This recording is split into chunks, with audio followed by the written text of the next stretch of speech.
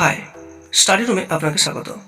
আজকে আমরা যে প্রশ্নগুলো কুইজের মাধ্যমে জানব, প্রত্যেকটি প্রশ্ন আকর্ষণীয় এবং গুরুত্বপূর্ণ।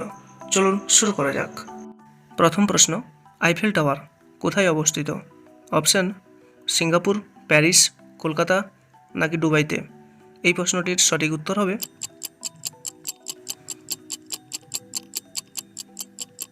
প্যারিসে অবস্থিত। এটি পৃথিবীর উচ্চতম টাওয়ার এবং এর বর্তমান উচ্চতা 330 মিটার। পরবর্তী প্রশ্ন, হাজার হ্রদের দেশ কাকে বলা হয়? অপশান জাপান, আমেরিকা, মিশর নাকি ফিনল্যান্ড? এই প্রশ্নটির সঠিক উত্তর কী হবে?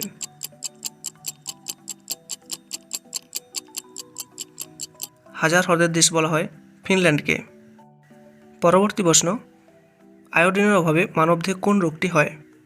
অপশান গলগণ্ড, রাতকানা, বেরিবেরি নাকি রিকেট রোগ? এই প্রশ্নটির সঠিক উত্তর হবে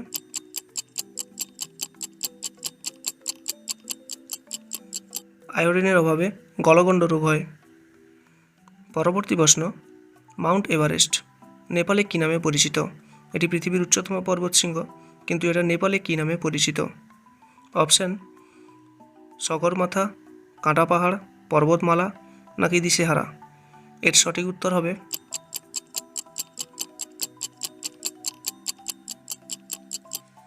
সগরমাথা নামে পরিচিত নেপালে। পরবর্তী প্রশ্ন, ডবল সেঞ্চুরি করা প্রথম ভারতীয় মহিলা ক্রিকেটার কে?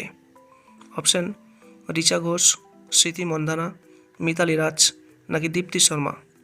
এই প্রশ্নটির সঠিক উত্তর কী হবে?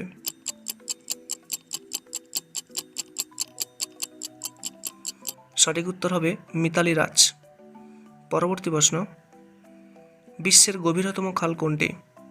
অপশান সুয়েজ খাল, মহাখাল, আমাজন খাল নাকি পানামা খাল? এই প্রশ্নটির সঠিক উত্তর হবে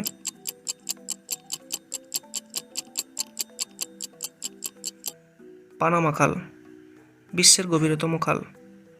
পরবর্তী প্রশ্ন, বিশ্বের প্রথম টেস্ট টিউব বেবির নাম কি?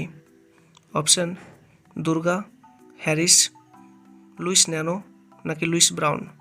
এই প্রশ্নের সঠিক উত্তর হবে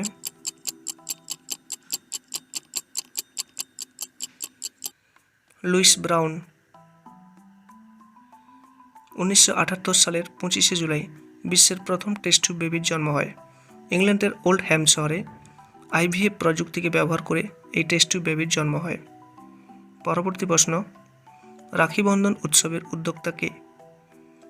অপশান রবীন্দ্রনাথ ঠাকুর, যতীন্দ্রনাথ রায়, গান্ধীজি নাকি স্বামী বিবেকানন্দ? এই প্রশ্নের সঠিক উত্তর হবে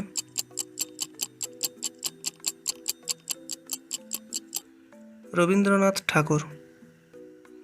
পরবর্তী প্রশ্ন, স্ট্যাচু অফ লিবার্টি কোথায় অবস্থিত? Option Bharat, new York, Japan নাকি চীনে অবস্থিত? এর সঠিক উত্তর হবে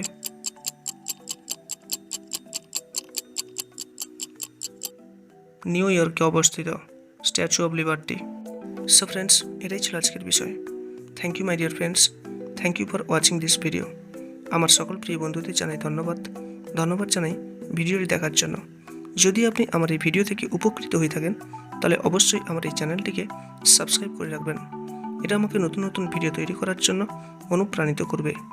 so friends, thank you again and have a nice day.